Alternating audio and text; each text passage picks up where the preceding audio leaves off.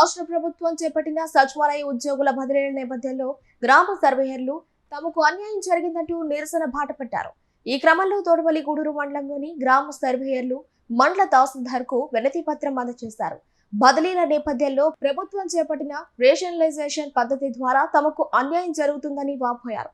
Grade 3 నుంచి grade 2కు promote అయిన తమకు జీతం మాత్రం పెరగలేదని, అలాగే సొంత మండలాల్లో జీవో జారీ చేసిందని, తద్వారా తమకు అదనపు ఖర్చులు పెరుగుతాయని, నామమాత్రపు జీతంతో ఉద్యోగం చేయలేక తమ సమస్యలు పరిష్కరించే వరకు శాంతియుత నిరసన తెలియజేస్తామని వారు తెలియజేశారు.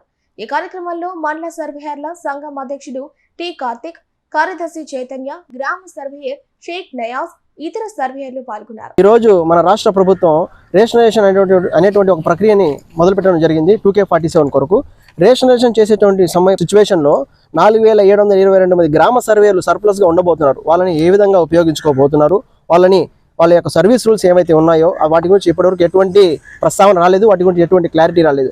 అలాగే కొంతమంది ఉద్యోగస్తులు ఏంటంటే వాళ్ళకు వచ్చేటువంటి 30,000 జీతంలో సొంత మండలాల్లో పనిచేస్తున్నారు. వాళ్ళని వేరే మండలాలకు వేసినట్లయితే రోజుకి 200 రూపాయల వరకు వాళ్ళకి పెట్రోల్ ఖర్చు అవుతుంది. దాని ద్వారా వాళ్ళకి మిగిలేటువంటి 20,000 రూపాయలతో వాళ్ళ జీవనాన్ని సాగించడం చాలా కష్టతరం అవుతుంది. అలాగే ఇప్పుడు గ్రేడ్ 3గా ఉన్నటువంటి గ్రామ సర్వేలను గ్రేడ్ 2గా మార్చారు. గ్రేడ్ 2గా మార్చినప్పుడు వాళ్ళకి పే స్కేల్లో ఎటువంటి మార్పులు చేర్పులు చేయలేదు.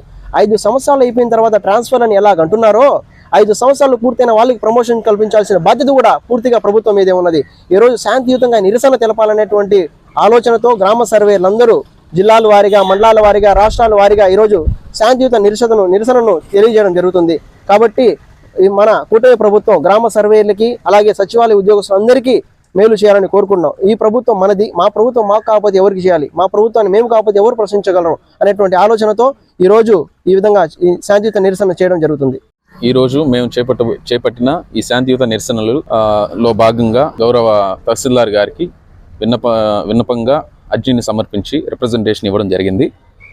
మేము చేయబోయి ఈ శాంతియుత ర్యాలీల్లో పై అధికారులందరూ మాకు తోడ్పాటును అందించి మాకు ఎటువంటి ఇబ్బంది కలగకుండా చూసుకోవాలని కోరుకుంటున్నాం. సార్, రేషనలైజేషన్లో మిగిలిపోయిన పోస్టులు ఏం చేస్తారో తెలపాలి, ప్రమోషన్ ఛానల్ కల్పించాలి, ప్రమోషన్ కల్పించిన తర్వాత ఇంక్రిమెంట్లు చేయాలి. ఏం రాలేదు సార్, ప్రస్తుతానికైతే మాకు సీనియారిటీ లిస్ట్ ఒకటే ఇవ్వడం జరిగింది డిపార్ట్మెంట్ తరఫున. ఇంకా ఎటువంటి చర్యలు కూడా తీసుకోలేదు చెప్తున్నా సార్. కానీ 5 సంవత్సరాలు అయినా కానీ దాని గురించి ఎటువంటి విషయం తెలియట్లేదు. 5 సంవత్సరాల నుంచి రిప్రజెంటేషన్లు అయితే తీసుకున్నారు. గ్రేడ్ 3 నుంచి గ్రేడ్ 2గా మార్చినప్పుడు ఖచ్చితంగా పే స్కేల్ అనేది చేంజ్ అవ్వాలా, కానీ పే స్కేల్ ఎటువంటి మార్పు చేయలేదు. 5 సంవత్సరాలు చేస్తాము అంటున్నారే కానీ దాని వరకు ఎటువంటి చలనం లేదు. దానివల్ల